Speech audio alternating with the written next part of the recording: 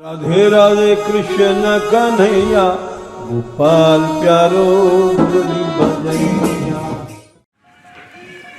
श्री राधा रानी के जो अनन्य रसिक जन हैं, उन अनन्य रसिकों को नमन किया है। श्लोक का भाव है, अवस्था के विलक्षण माधुरी के प्रवाह से जिनके सभी अंगों की छवि सर्वश्रेष्ठ हो रही है,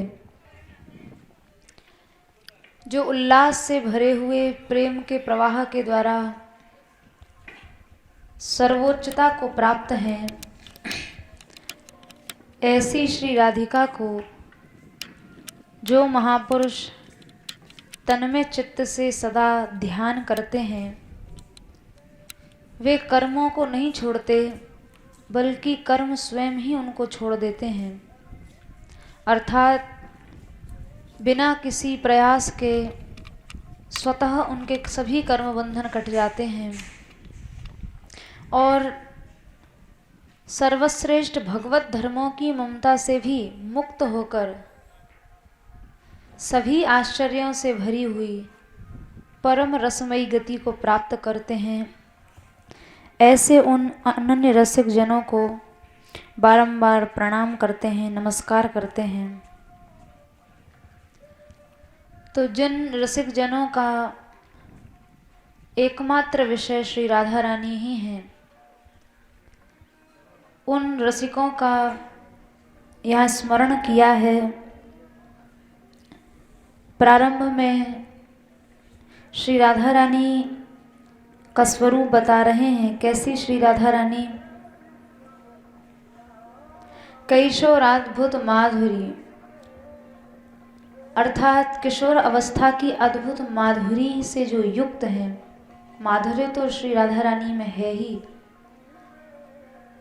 किंतु ये कैशोर अवस्था का माधुर्य है,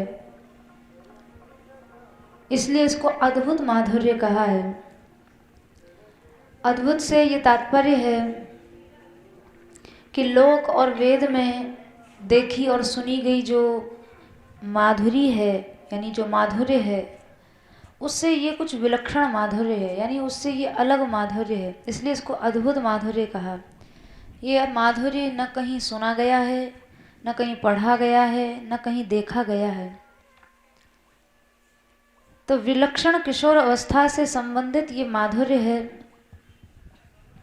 और उस माधुर्य के अतिशय भार का वहन करने वाले जो श्रीअंग हैं, यानी एक एक अंग में उस अद्भुत विलक्षण वह माधुर्य की अतिशयता दिखाई पड़ती है, माधुर्य की अधिकता दिखाई पड़ रही है। ऐसी जिन राधा रानी की छवि है, जिनके श्री अंग प्रेममय हैं, सभी अंगों में प्रेम ही प्रेम उच्छलित दिखाई देता है। किशोर अवस्था के कारण इस प्रेम में उल्लास भरा हुआ है और उल्लास का एक आधिक्य है। ये प्रेम भी सामान्य नहीं है, उल्लास पूर्ण प्रेम है, यानी ऐसा प्रेम जिस प्रेम में उफान आ रहा हो। ऐसे प्रेम से और किशोर अवस्था की छवि के अतिशय उमड़ पड़ने से जिन श्री राधा रानी का स्वरूप अनिर्वचनीय हो गया है, यानी उन श्री राधा रानी के स्वरूप को कोई कह नहीं सकता है। उन श्री राधा रानी को दास्य निष्ठा वाले जो जन हैं, कैसी जन की निष्ठा है? बोले निरवधि, देश काल के नियमों से एकदम रहित है, निरंतर, यानी प्रत्येक क्षण उसी में, उन्हीं श्री राधा रानी में जिनकी अंतःकरण की वृत्तियां लग गई हैं और वे श्री राधा रानी के स्वरूप ध्यान के अतिरिक्त सभी कामनाओं से रहित हो चुके हैं। प्रेमोल्लास भरा राधिकाम निरवधि ध्यायन्ति ये तद्धियः। यहाँ उन रसिक जनों की बात हो रही है जो निरवधि ध्यायन्ति, जो श्री राधा रानी का निरवधि ध्यान करते। निरवधि ध्यान से तात्पर्य निरंतर अर्थात उसके अतिरिक्त उनके पास अन्य कोई कार्य ही नहीं है। श्री राधा रानी के अतिरिक्त सभी कामनाओं से जो रहित हो गए हैं और श्री राधा रानी में ही पूर्ण ममता जिनकी हो गई है, और इस तरह से चरण नख से लेकर शिखा पर्यंत श्री राधा रानी के समस्त स्वरूप का, उनके एक एक श्री अंग का ध्यान करते हैं। किशोर अवस्थाओं की लीलाओं से जो युक्त है ऐसा स्वरूप, उस स्वरूप का वे जन चिंतन करते हैं। त्यक्ता कर्मभिरात्म नैव, जिन्होंने नित्य नैमित्तिक सभी प्रकार के कर्मों को छोड़ा नहीं है, बल्कि उन कर्मों ने ही उन जनों को छोड़ दिया है। नित्य नैमित्तिक वर्ण धर्म, आश्रम धर्म, शरीर से संबंधित धर्म, लोक धर्म, वेद धर्म, ये सब के सब स्वयं ही अनायास ही अपने आप ही छोड़ दिए जाते हैं। यानी उन जनों ने इन सब धर्मों को जानकर नहीं छोड़ा है, बल्कि वे एक ऐसी स्थिति को, एक ऐसी अवस्था को प्राप्त हो गए हैं जहाँ पहुँचने के बाद उनके पास श्री राधा रानी के स्वरूप ध्यान के अतिरिक्त किसी अन्य कार्य को करने के लिए अवकाश ही नहीं है, समय ही नहीं है। इसलिए अनायास रूप से ये सब कर्म धर्म जिनके द्वारा छूट गए हैं, अपने आप ही छोड़ दिए जाते हैं। इसीलिए इनको स्वरूप से ही कर्मों का त्याग प्राप्त होता है, केवल फल का त्याग नहीं। जैसा प्रायः सुना जाता है कि कर्म में सदैव प्रवृत्त रहें, कर्म फल त्याग, कर्म फल की इच्छा न करें। लेकिन यहाँ तो इन जनों की स्थिति ऐसी है कि जिनके कर्मों का ही त्याग हो गया है। कर्मों के त्याग से तात्पर्य जिनके अंतःकरण की वृत्ति ने श्री राधा रानी को ही अपना एकमात्र ऐसा विषय बना लिया है कि अब अन्य कार्यों की उनको स्मृति भी नहीं है, याद भी नहीं है। इसलिए ये कर्म त्याग वेद शास्त्रादि में बताई हुई विधि से नहीं किया गया है, बल्कि ये कर्म त्याग निरंतर श्री राधा रानी के स्मरण आनंद की विवशता के कारण स्वयं हो गया है।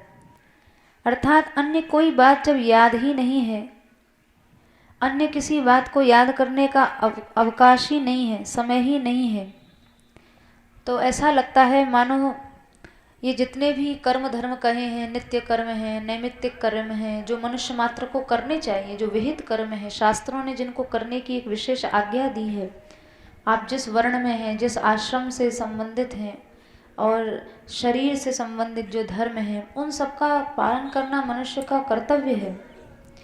लेकिन इन कर्मों ने भी देखा कि जिन जनों की वृत्ति अनन्य रूप से श्री राधा रस में डूब चुकी है, यहाँ तो हमारी उपेक्षा ही होगी, अनादर ही होगी।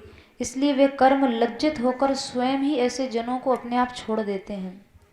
यानी उन जनों को उन कर्मों को छोड़ना नहीं पड़ता, वे कर्म ही स्वयं उन जनों को छोड़ देते हैं। अब आप हमें स्वीकार करें न करें, पालन करें न करें, कोई समस्या नहीं है। जैसे पूर्व पालक और राजा के जो अधीन दूत गण रहते हैं, वो चक्रवर्ती राजा के अंतःपुर के अधिकारियों को अपने काम में लगाने से डरते हैं, कांप उठते हैं। जैसे राजा के जो दूत आदि होते हैं और राजा के एक निजी सेवक होते हैं जो अंतःपुर में उनकी सेवा किया करते हैं, तो दूत जो हैं ये सब बहिरंग कार्य, बाहर के काम देखने का कार्य करते हैं। तो राजा के जो दूत हैं वो राजा के अंतःपुर के सेवकों से कोई कार्य करा नहीं सकते। उनको अपना कोई कार्य कराने में या बताने में भी डरते हैं, कांप उठते हैं। अरे ये तो राजा के बिल्कुल खास सेवक हैं, उनके अंतःपुर में रहने वाले हैं, तो उन जनों से उनके लिए बात करना भी कठिन होता है। ऐसे ही यहाँ इस प्रकार के भगवत भक्ति भाव से भिन्न या विरोधी कर्मों का त्याग तो पहले ही हो गया था।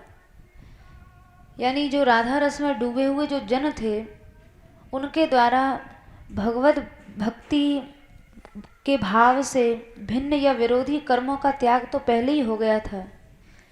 केवल अति आवश्यक कार्य रह गए थे, लेकिन राधा रस में ये जन ऐसे डूब गए कि जो अत्यंत आवश्यक कार्य थे उनको भी करना वे भूल गए। अत्यंत आवश्यक कार्य से तात्पर्य है जैसे भक्ति संबंधी कार्य हैं, भक्ति धर्म का पालन है, वह तो करना ही चाहिए। अब यहाँ कोई प्रश्न कर सकता है, कह सकता है कि कुछ भी हो भाई, भगवत धर्म तो अपरिहार्य है, वो तो छोड़ना ही नहीं चाहिए, चाहे आप जिस स्थिति पर पहुँच जाएं, लेकिन भगवत धर्म कभी नहीं छोड़ना चाहिए। अब जैसे वेद तीनों गुणों से संबंधित है, पर भगवान अर्जुन को आज्ञा देते हैं त्रैगुण्य विषया वेदा निस्त्रैगुण्यो भवार्जुन। ठीक है, वैदिक धर्म का आप पालन नहीं कर रहे हैं, कोई बात नहीं, क्योंकि वेद धर्म जो है वो त्रिगुण संबंधी है, सत्वगुण रजोगुण तमोगुण संबंधित है। हे अर्जुन, तुम इन तीनों से ऊपर उठ जाओ। तो वैदिक धर्म से ऊपर उठने की बात तो भगवान ने भी अर्जुन को कही है, लेकिन वहाँ भी वे भक्ति धर्म में उनको प्रेरित करते हैं, लगाते हैं। तो कहने का तात्पर्य यह है कि कोई भी व्यक्ति चाहे जिस अवस्था पर पहुंच जाए, लेकिन भगवत धर्म तो कभी नहीं त्यागना चाहिए। तो यहाँ कहते हैं कि कर्मों के त्याग के बाद भगवत भक्ति के 64 अंग और 9 अंगों की साधना करते हुए कैसे देश काल आदि से संबद्ध नियमों से रहित होकर ध्यान करना संभव हो सकता है। जब विशेष भगवान किसी जीव पर अनुग्रह करते हैं, तभी वह जीव लोक में और वेद में जो परिनिष्ठित उसकी बुद्धि है, लोक और वेद के धर्म में जो घुसी हुई बुद्धि है, उसको वह त्याग पाता है। अन्यथा लोक धर्म से, वेद धर्म से बिना भगवान की कृपा के उठ पाना ये संभव नहीं प्रतीत होता है। लेकिन यहाँ कह रहे हैं कि आश्चर्य है, अहो शब्द जो है ये आश्चर्य का सूचक है। त्यक्ता कर्म भिरात्म नैव भगवत धर्मे प्यहो निर्मामा। अहो ये शब्द आश्चर्य का बोधक है। यहाँ आश्चर्य व्यक्त कर रहे हैं कि राधा रस में डूबे हुए जो अनन्य रसिक जन हैं, वो भगवान की प्राप्ति कराने वाले धर्मों में भी ममता नहीं रखते हैं। जैसा कि यहाँ कहा गया है कि कर्मों के त्याग के बाद भगवत भक्ति के 64 अंग हैं व 9 अंग हैं। उनकी साधना करते हुए देश काल आदि से संबंधित नियमों से रहित होकर फिर राधा रानी का ध्यान करना संभव कैसे हो सकता है। तो बोले कि नहीं नहीं, वे तो भगवत प्राप्ति कराने वाले धर्मों में भी ममता नहीं रखते हैं। एक बात यहाँ ये भी है कि वैष्णव होने से पूर्व अभ्यास के कारण भी कुछ कर्म नहीं छोड़े जा सकते हैं। यानी राधा रस में डूबने की जो एक योग्यता या एक पात्रता जो प्राप्त की है, वो एक बाद की स्थिति है। उसके पहले वो व्यक्ति जरूर वह जन वैष्णव धर्मों में अनुरक्त रहे होंगे, वैष्णव धर्मों का पालन किया होगा, नाम जप आदि किया होगा। तो अब जिसने बहुत काल तक नाम जप आदि वैष्णव धर्म का पालन किया है, तो फिर उसके लिए उन वैष्णव नियमों को छोड़ना बहुत कठिन हो जाता है। पर यहाँ अहो आश्चर्य इसीलिए व्यक्त कर रहे हैं कि अहो आश्चर्य है, ये जन राधा रस में जो डूबे हुए हैं, ये तो पूर्व अभ्यास के कारण यद्यपि कुछ कर्म छोड़े नहीं जाते, पर ये तो उन्हें भी छोड़ देते हैं। इसलिए आश्चर्य व्यक्त किया है। यानी माला धारण करना, श्रवण है, कीर्तन है, अर्चन है, वंदन है, दास्य है, ये सब बातें वे केवल लोक संग्रह के लिए करते हैं, बाकी इनमें भी उनकी कोई ममता नहीं रहती। स्पष्ट शब्द है निर्ममा, वो भगवत धर्मों से भी निर्मम हो जाते हैं। लोक संग्रह के लिए वे करते जरूर हैं, स्वाध्याय भी करेंगे, जप भी करेंगे, तिलक भी धारण करेंगे, कथा भी सुनेंगे, कीर्तन भी करेंगे, भगवान की पूजा भी करेंगे लोक संग्रह के लिए, ताकि लोग उन्हें देखकर कोई अकर्मण्यता की शिक्षा न लें। क्योंकि इन अनन्य रसिक जनों की बाह्य स्थिति को देखते हुए उनके अंतस्थ को, अंतःकरण की स्थिति को जानना नितांत असंभव है। इसलिए वे लोक संग्रह के लिए ये सब कार्य करते जरूर हैं। भगवत धर्म के, भगवत भक्ति धर्म के आचरण का वे करते हैं, आचरण करते हैं, पर इसमें उनकी ममता नहीं रहती है, क्योंकि उनकी ममता तो पूर्ण रूप से गौर तेज में अर्थात राधा रानी में लग चुकी है। जैसा कि हरिवंश महाप्रभु का पद है, यह जो एक मन बहुत ठोर करी, कहूँ कौने सच उपायो। एक मनोवृत्ति है, उसको बहुत जगह लगाकर आज तक किसी को सुख नहीं मिला। इसलिए तद्धीय से तात्पर्य है उनमें बुद्धि लगाए।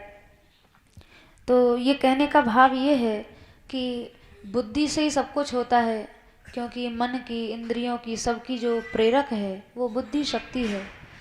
तो यहाँ ग्रंथकार कहते हैं तद्धिय, ये बुद्धि ही राधा रानी में लगा दी है। जब बुद्धि ही राधा रानी में लगा दी तब उस बुद्धि से और काम तो हो ही नहीं सकते। फिर कोई वर्ण धर्म, आश्रम धर्म, लोक धर्म, वेद धर्म, जो बुद्धि उन धर्मों का पालन करती वही बुद्धि अब राधा रानी में लग चुकी है, तो सब अन्य धर्म अनायास ही छूट जाएंगे। क्योंकि एक सिद्धांत है, एक सिद्धांत यहाँ टीकाकार कह रहे हैं कि किसी भी एक वस्तु में अपनेपन की निष्ठा का नाम ही ममता है। और आप कहते हैं कि वे रसिक जन निर्मम हो जाते हैं, तो भला निर्मम होने से किसी भी सिद्धि की प्राप्ति कैसे हो सकती है? और फिर सत्पुरुषों ने तो कहा है कि धर्म का पालन करेंगे तो परम धर्म की प्राप्ति होगी। तो जब धर्म या परम धर्म में भी अगर उनकी ममता नहीं रहेगी तो फिर ऐसे लोगों की क्या गति होगी? आपकी यदि धर्म में ममता है तो वो धर्म आपको परम धर्म की सिद्धि देगा, पर जिस व्यक्ति की ममता न धर्म में है न परम धर्म में है तो उनकी क्या दशा होगी? तो इस पर कहते हैं ग्रंथकार, सर्वाश्चर्य गतिम गता रसमयीम, यही तो आश्चर्य से परिपूर्ण रसमयी गति है। वे न धर्म में निष्ठा रखते हैं न परम धर्म में, और आश्चर्य से भरी हुई रसमयी गति को वे प्राप्त हो जाते हैं। यानी उनको रसमयी अद्भुत गति की प्राप्ति हो जाती है। आप यही तो पूछना चाहते हैं कि उनकी क्या गति होती है, तो ग्रंथकार कहते हैं कि आश्चर्यों से भरी हुई रसमयी गति उनको प्राप्त हो जाती है। तो रसमयी कहने से यहाँ क्या समझा जाए, कौन सा रस उनको प्राप्त हो जाता है? तो रसमयी कहने से तो गोपी रस भी समझा जा सकता है, किंतु यहाँ गोपी रस की प्राप्ति की बात नहीं कर रहे हैं। यहाँ उससे भिन्न रस है। सबकी अपेक्षा इस रस को आश्चर्यजनक, आश्चर्य रूप कहा गया है। अब न जाने ये रसमयी गति कौन सी निष्ठा वाली है, ये क्या ग्रंथकार इसके रसमयी शब्द से क्या कहना चाहते हैं, क्या स्पष्ट करना चाहते हैं? तो कहते हैं कि गोपी रस जो है वो कृष्ण विषयक रस है। वहाँ प्रेम का विषय श्री कृष्ण है और आश्रय राधा रानी है और गोपियाँ हैं, किंतु यहाँ जिस रसमयी गति की बात कर रहे हैं उसमें प्रेम का विषय राधा रानी है और श्री कृष्ण और सखीजन उसका आश्रय हैं। तो इस तरह से ये एक आश्चर्यमय रस है, ये रस गति आश्चर्यमय है। प्रिया प्रीतम दोनों में एक रसता भी है और उसमें भी अपने आस्वादन की दृष्टि से, अपनी रुचि की दृष्टि से गौर तेज में और भी विशेषता दिखाई है। गौर तेज को विषय मान लिया है और श्री कृष्ण और सखी परिकर को उसका आश्रय मान लिया है। तो रसिक अनन्य जनों की ये अनन्यता यही है कि वे सखी भाव से एकमात्र दास्य भाव का सेवन करते हैं। तो यहाँ ये इस रस का स्वरूप बता रहे हैं। ये रस मधुर है, मृदुल है, सूक्ष्म है, परम शुद्ध है और उज्ज्वल, ऐसा अपना नित्य अनन्य रस का रूप टीकाकार ने स्पष्ट किया है। यानी वे जिस रस की बात कर रहे हैं ये बड़ा मीठा है, बड़ा कोमल है, बड़ा शुद्ध है और परम उज्ज्वल है। इसीलिए लौकिक और अलौकिक सबसे अनुपम होने के कारण इस रस की गति को सबसे आश्चर्यपूर्ण कहा गया है। न तो ये रस गति लौकिक में आती है और न ये अलौकिक में आती है। ये लौकिक और अलौकिक सबसे अनुपम है, सबसे विलक्षण होने के कारण अत्यंत आश्चर्यमयी है। तो जो रसिक केवल गुणों से प्रसिद्ध नहीं है बल्कि रसमयी गति को प्राप्त होने के कारण महान है। यानी ऐसी रसमयी गति को जो जन प्राप्त कर चुके हैं उनको यहाँ महद्भ्यो कहकर संबोधित किया है। यानी वे अत्यंत महान हैं। तेभ्यो महद्भ्यो नमः, ऐसे अनन्य रसिक जनों को यहाँ ग्रंथकार प्रणाम कर रहे हैं, उनको धन्य बता रहे हैं। तो एक तो ये भावार्थ इस पद्य का टीकाकार ने स्पष्ट किया इस तरह से, और एक दूसरे अर्थ के विषय में टीकाकार लीला परक जो अर्थ कर रहे हैं। सखी ने कुंज के रंध्र से लता पता से जो निकुंज ढकी हुई थी, वो लता पता के एक रंध्र से, एक छिद्र से श्याम सुंदर जो बार बार अनुनय विनय कर रहे थे सखी से, एक बार दर्शन करा दो, मेरे नेत्र चंचल हो रहे हैं उनको देखने के लिए। तो श्री राधा रानी का दर्शन करा दिया और श्याम सुंदर को कहा, देखिए आपको सखी वेश धारण करने की कोई आवश्यकता नहीं है, आपको तो दास्य भाव में भी आपका यही वेश ठीक है, जो आपका वेशभूषा है यही ठीक है, क्योंकि कैशोराद्भुत माधुरी, इन सब विशेषणों वाली जो हमारी राधा रानी है, वो अनाच्छादित छवि के कारण, उनकी छवि कैसी अनाच्छादित है, उस छवि को ढका नहीं जा सकता, चाहे वो वस्त्र धारण किए हों, चाहे वो अलंकार धारण किए हों, लेकिन इन सब चीज़ों से उनकी छवि ढकती नहीं है।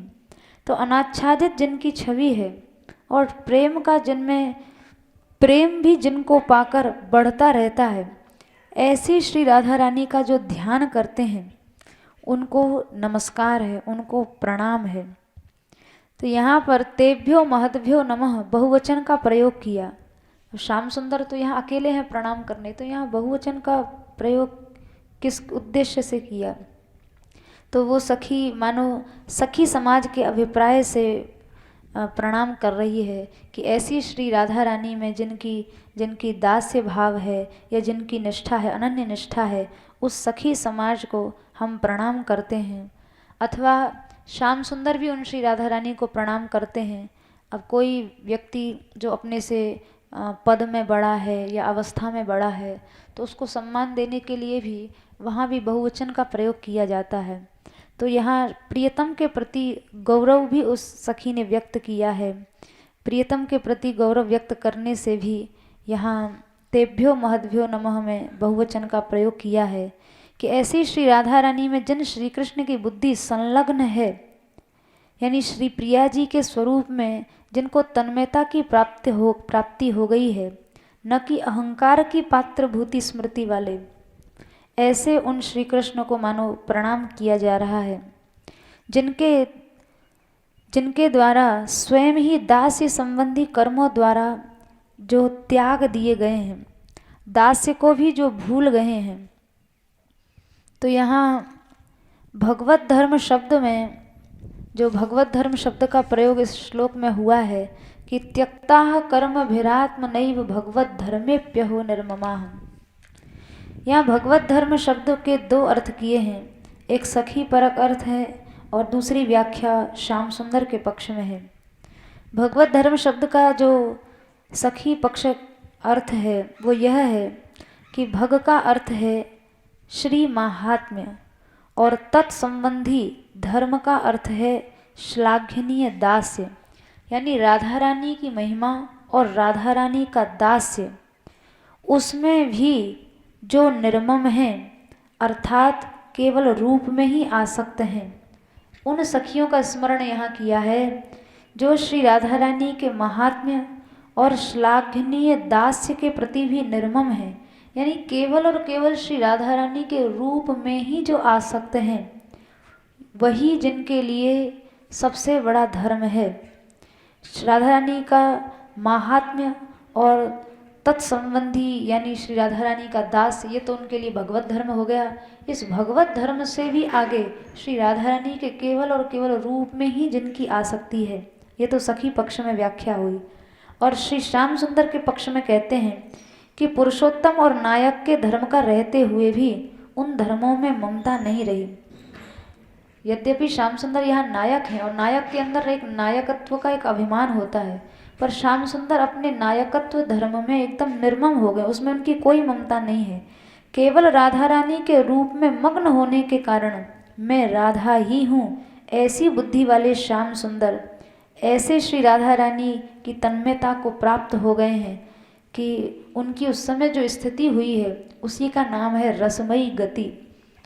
और उन पुरुषों में भी जो सबसे महान पुरुष हैं, जो पुरुष होकर भी श्री राधा रानी के रूपासक्त ऐसे हो जाते हैं कि अपने पुरुषत्व का भी उनको अभिमान नहीं रहता, अपने नायक धर्म का भी उनको अभिमान नहीं रहता, ऐसे उन महान जो प्रियतम हैं उनको यहाँ प्रणाम किया गया है। हे प्रियतम, हे श्याम सुंदर, वो सखी कह रही है, आप सच में दास्य धर्म के मर्मज्ञों के गुरु हैं, कोई दास धर्म सीखे तो आपसे सीखे।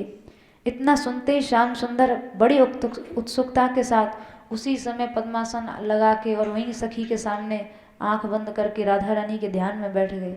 जैसे ही सखी ने कहा कि आप तो दास धर्मों के भी मर्मज्ञ हैं, उन मर्मज्ञों के भी गुरु हैं, तो उसी समय कौतुक पूर्वक श्याम सुंदर वहीं समाधि लगा के आंख बंद करके श्री जी के ध्यान में बैठ गए। तो दूसरा एक ये अर्थ किया। और एक तीसरा भाव मान परक अर्थ टीकाकार ने अपना भाव दिया है। मानो श्री श्याम सुंदर माननी श्री राधा रानी के मान को छुड़ाने के लिए कौतुक पूर्वक श्री राधा रानी के सामने उन्मनी मुद्रा में बैठ गए। श्री जी उस समय मानो मान में थी, तो श्याम सुंदर ने सोचा अब ऐसा कौन सा कौतुक करें कि राधा रानी का मान छूट जाए। अब हैं तो श्री ठाकुर जी बड़े चंचल, तो राधा रानी के सामने जैसे ही उन्मनी मुद्रा में और समाधि लगा के बैठे, तो ताकि राधा रानी को हंसी आ जाए और श्री राधा रानी अपना मान छोड़ दें। तो समाधि की अवस्था में श्री ठाकुर जी राधा रानी के सन्मुख बैठ गए और ध्यान करने लगे। तब सखी श्री राधा रानी को सुनाते हुए श्याम सुंदर को कहती है, देखो जिन श्री राधा रानी का मान दूर करने के लिए प्रियतम चरणों में पड़ के नमस्कार करते हैं, उन महान स्त्री श्री राधा रानी को हम नमस्कार करते हैं। तो यहाँ तेभ्यो महद्भ्यो नमः से राधा रानी का अर्थ भी लिया है कि हम उन श्री राधा रानी को प्रणाम करते हैं जिन श्री राधा रानी का मान छुड़ाने के लिए स्वयं प्रियतम चरणों में पड़कर नमस्कार करते हैं और जिन्होंने कर्म का त्याग कर दिया है। अब जब श्याम सुंदर समाधि लगा के बैठ गए, तो जो व्यक्ति समाधिस्थ है तो सहज स्वाभाविक सी बात है कि उसके द्वारा अन्य कर्मों का त्याग हो ही जाएगा। जब समाधि में वो बैठा है तो दूसरे काम तो उससे होंगे नहीं। तो जिन प्रियतम ने अन्य समस्त कर्मों का त्याग कर दिया है, अरे योगी जन भी भगवत प्राप्ति कराने वाले धर्मों का पालन करते हैं, लेकिन यहाँ श्याम सुंदर के धर्म का धर्म है, राधा रानी मान किए हुए हैं, तो इस समय श्याम सुंदर का सबसे बड़ा धर्म है कि चरणों में पड़ें, उनको मनावें। पर उन श्याम सुंदर ने चरणों में गिरना और मनाना भी छोड़ दिया है, वो केवल और केवल ध्यानस्थ होकर बैठ गए हैं। तो वो सखी श्याम सुंदर से कहती है, अरे बड़े बड़े योगी जन भी भगवान को पाने के लिए भगवत धर्म का पालन करते हैं, और तुम्हें चाहिए इस समय राधा रानी को मनाना, उनकी सेवा करना, चरण सम्मान करना, और ये सब काम छोड़कर ध्यान का नाटक कर रहे हो। क्या केवल ध्यान से श्री जी का मान छूट जाएगा? अर्थात जो अवश्य करने योग्य कार्य है, यानी जो आपको करना चाहिए, उसमें भी आप निर्मम हो गए हैं। जो कार्य आपको इस समय आपके लिए कर्तव्य है, करना चाहिए, करने योग्य है, उसमें भी श्री कृष्ण को वो सखी देख रही है, निर्मम हो गए हैं, उसमें भी अब इनकी ममता नहीं रही। अतः समस्त आश्चर्यमयी गति को प्राप्त हुए वाम चरण में नमस्कार करता हूँ। ये तीसरा ये भाव ग्रंथकार ने दिया कि वाम चरणों में नमस्कार करता हूँ। वाम चरण से तात्पर्य, वाम चरण तो वाम भाग जो है वो श्री राधा रानी का ही है, अर्थात उन श्री राधा रानी के चरणों में वे नमस्कार करते हैं। ये तीसरा भाव टीकाकार ने दिया है। और पुनः उसी क्रम को आगे बढ़ाते हुए अग्रिम पद्य में ग्रंथकार कहते हैं, लिखन्ति भुज मूलतो न खलु शंख चक्रादिकं विचित्र हरि मंदिरम न रचयन्ति भालस्थले लसत तुलसिका मालिकाम दधति कंठ पीठे नवाम गुरोर भजन विक्रमात्क इहते महाबुद्धयः। तो यहाँ जैसे पूर्व पद्य में उन रसिक जनों को नमन किया, वे रसिक जन जिन रसिक जनों के द्वारा लौकिक कर्म, अलौकिक कर्म, वैदिक कर्म अनायास जिनके द्वारा छोड़ दिए जाते हैं, अथवा वे कर्म ही जिनको अपनी ओर से स्वयं छोड़ देते हैं, ऐसी उनकी राधा रस में निमग्नता देखी जाती है। अब उन रसिकों की रहनी कैसी है, उस रहनी को इस श्लोक में ग्रंथकार बता रहे हैं। वे अनन्य रसिक जन श्री गुरुजनों के द्वारा, गुरु के द्वारा दिए गए भजन के बल से भुजाओं में शंख चक्र आदि वैष्णव चिन्हों को भी नहीं धारण करते हैं, और न कभी ललाट में विचित्र हरि मंदिर तिलक ही लगाते हैं। गले में तुलसी की माला भी धारण करें या न करें, अर्थात जो बाह्य लक्षणों से बेसुध होकर निरंतर अंतरंग रस में डूबे रहते हैं, ऐसे भजन करने वाले भजनी संसार में कितने हैं, अर्थात कोई बिरला ही है और वे ही परम बुद्धिमान हैं। उन्होंने ही अपनी बुद्धि का भली भांति प्रयोग किया है। ये तो इस पद्य में बड़ा ही महत्वपूर्ण उन रसिक जनों की रहनी के विषय में संकेत ग्रंथकार ने किया है और उसी को टीकाकार अपने ग्रंथकार का भाव लेते हुए स्पष्टीकरण कर रहे हैं कि जो भुजमूल या कंधों में शंख चक्र आदि का चिन्ह नहीं लिखते, मस्तक पर तिलक द्वारा हरि मंदिर की रचना नहीं करते, कंठ भाग में सुंदर तुलसी की माला धारण नहीं करते, अपने गौरवपूर्ण भजन में मग्न रहने के कारण जो कुछ भी नहीं कर पाते हैं, ऐसे महाबुद्धि जन यहाँ कौन है, कितने से हैं। तो कहने का अभिप्राय ये है कि ऐसे जन सर्वत्र नहीं देखे जाते, सब जगह आपको नहीं मिलेंगे। वे कौन हैं? तो कहते हैं वे गरिष्ठ और गौरवपूर्ण भजन के बल से ही भावना में साक्षात स्वरूप की स्फूर्ति से उनको समय ही नहीं मिलता है कि वे अन्य कुछ करें। यानी जिनको श्री राधा रानी का स्फुरण होने लगा है, भावना में साक्षात स्वरूप की स्फूर्ति होने लगी है, अब उन लोगों के पास श्री राधा रानी के उस स्वरूप ध्यान के आनंद को छोड़कर वे अन्य किसी बहिरंग धर्मों का पालन करें, बहिरंग साधन करें, इतना उनके पास समय ही कहाँ है। इसीलिए वे कंधों पर शंख चक्र आदि नहीं धारण करते हैं, भालस्थल मस्तक पर हरि के विचित्र मंदिर की रचना नहीं करते हैं, तुलसी की माला भी कंठ में धारण नहीं करते हैं, और इसीलिए उनकी बुद्धि महान है। लेकिन यहाँ ये ध्यान रखना चाहिए कि ये सब वे क्यों नहीं करते हैं, क्योंकि श्री राधा रानी के भजन का जो गौरवपूर्ण भजन का बल है, यानी उस भजन की जो एक गुरुता है, एक गरिष्ठता है, वो एक ऐसी अवस्था उनको प्राप्त करा दी है कि वहाँ भावना में उनको साक्षात्कार होने लगा है, स्फुरण होने लगा है। तो अब निरवकाश बल से वे निश्चय ही इन सब बहिरंग साधनों का पालन नहीं करते हैं। यद्यपि पुराणों में कहा है कि ये कंठ लग्न तुलसी नलिनाक्ष माला, ये बाहुमूल परिशोभित शंख चक्राह, ये वै ललाट फल के लसद ऊर्ध्व पुंड्रास्ते वैष्णवा भुवनमाशु पवित्रयंती।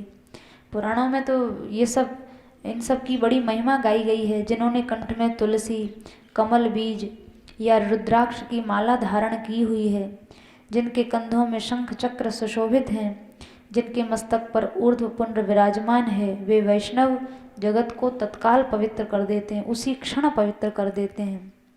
तो ये इत्यादि ये जो साधनों के लक्षण कहे गए हैं, ये बड़े महत्वपूर्ण हैं। पर यहाँ भगवत धर्म का अनुवाद करके उन भगवत धर्मों की जीवनभूत अनुरक्ति को प्रदान करके केवल वेश मात्र की गौणता का प्रतिपादन किया गया है। यानी ये सब जो चिन्ह हैं, जो एक वैष्णवोचित जो एक स्वरूप है या एक वेशभूषा है, तिलक भी होना चाहिए, कंठी भी होनी चाहिए गले में, और शंख चक्र आदि के चिन्ह भी होने चाहिए, ये सब जो वेश है उस वेश मात्र की गौणता का यहाँ प्रतिपादन किया है और प्रधानता दी है अपने इष्ट में अनुरक्ति को। यहाँ गरिष्ठ और गौरवपूर्ण भजन का तात्पर्य है सा परानुरक्तिरीश्वरे। जो शांडिल्य महर्षि ने भक्ति सूत्र में कहा है कि ईश्वर विषयक परम अनुराग का नाम ही भक्ति है। यानी अपने इष्ट में परम अनुराग हो जाए, चित्त परम अनुरक्त हो जाए, इसी का नाम भक्ति है। और ऐसी अवस्था जिन जिन जनों की हुई, ऐसा देखा गया कि उनके द्वारा बाहरी लक्षण, बाहरी साधन कभी कभी विस्मृत भी हो जाते हैं। भक्ति के प्रवाह से परिप्लुत होकर वे जन पूजा को भी कई बार भूल गए हैं। भरत जी की ऐसी अवस्था हो गई थी। ऐसे ध्रुव जी, प्रियव्रत जी, प्रहलाद जी, उद्धव जी, विदुर जी, ये अनेकानेक ऐसे महाशयों के नाम लिए हैं यहाँ, जो प्रेम की प्रधानता से उनके अंदर उपर्युक्त साधन विस्मृत हो जाते थे। यानी भगवान की अर्चना भी भूल गए, भगवान की पूजा, भोग लगाना ही भूल गए। तो ऐसे भक्तमाल जी में भी अनेकों उदाहरण हैं, जहाँ श्री ठाकुर जी को शयन कराना भूल गए, क्योंकि श्री ठाकुर जी में उनकी इतनी अनुरक्ति हो गई, ऐसा अनुराग हो गया कि कई बार ये सब जो भक्ति के साधन हैं, भक्ति के जो लक्षण हैं, वे भी विस्मृत हो जाते हैं।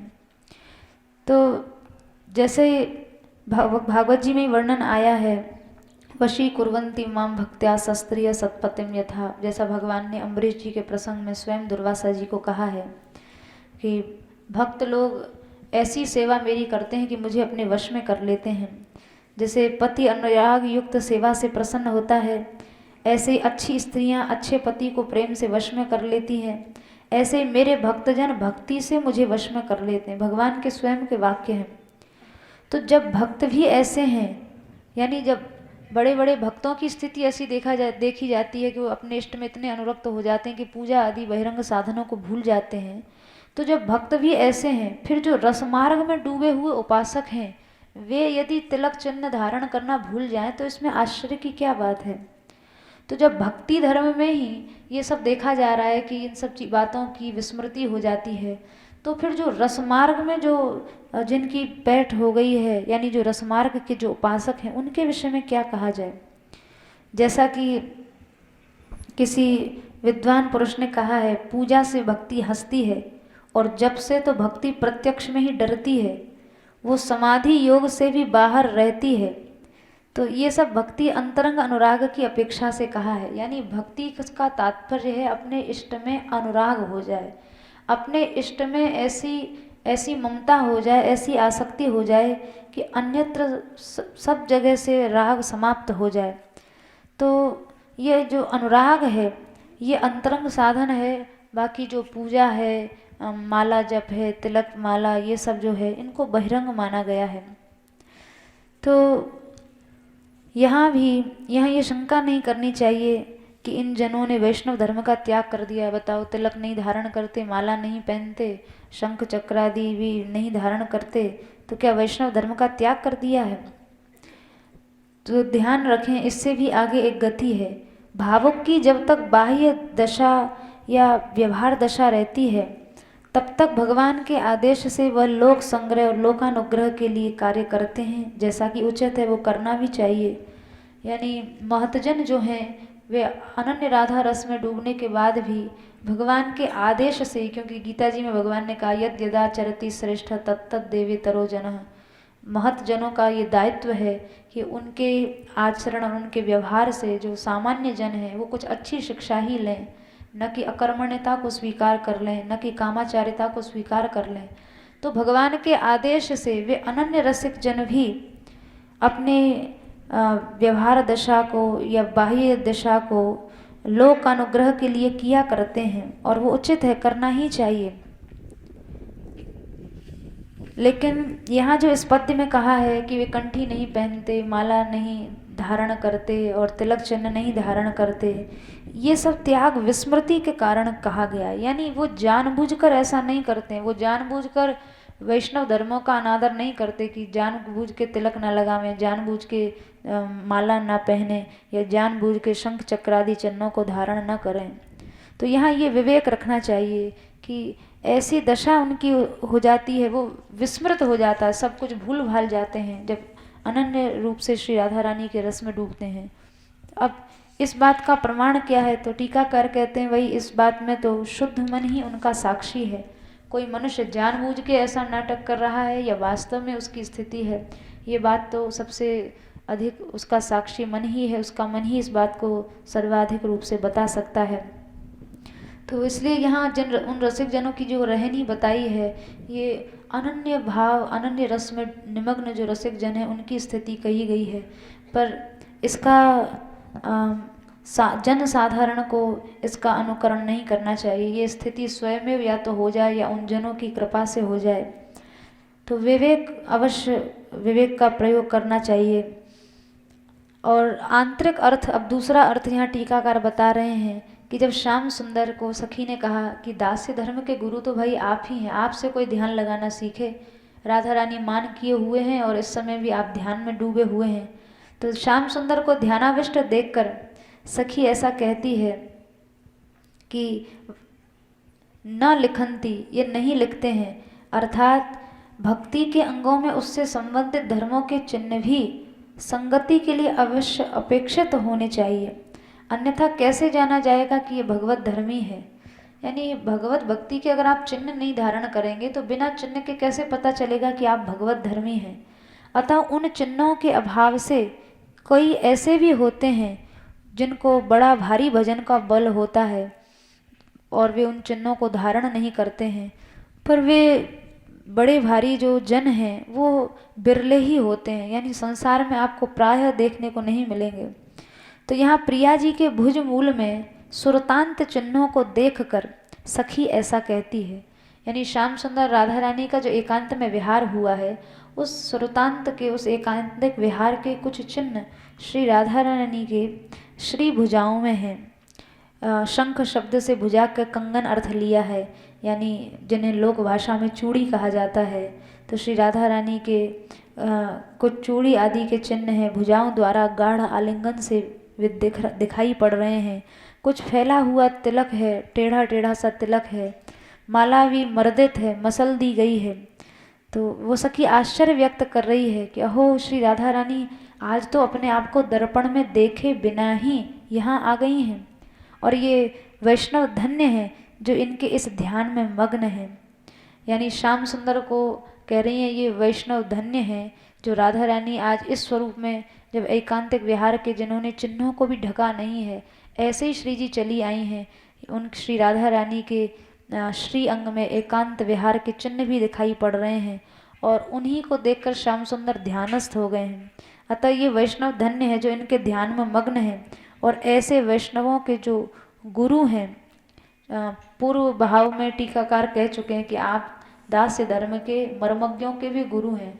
तो यहाँ दोनों भाव हैं, एक तो श्याम सुंदर को भी ऐसे वैष्णवों का गुरु बताया गया है और दूसरा भाव लोक में भी यानी जगत में भी जिन गुरुजनों के आश्रय से जिनके साधक, जिनके उपासक या जिनके शिष्यगण ऐसी अवस्था पर पहुंच गए हैं, ऐसे राधा रस में डूब चुके हैं, अनन्य राधा रस में, ऐसे उन गुरुजनों को भी तेभ्यो महद्भ्यो नमः कहकर प्रणाम किया गया है, उनको नमन किया गया है।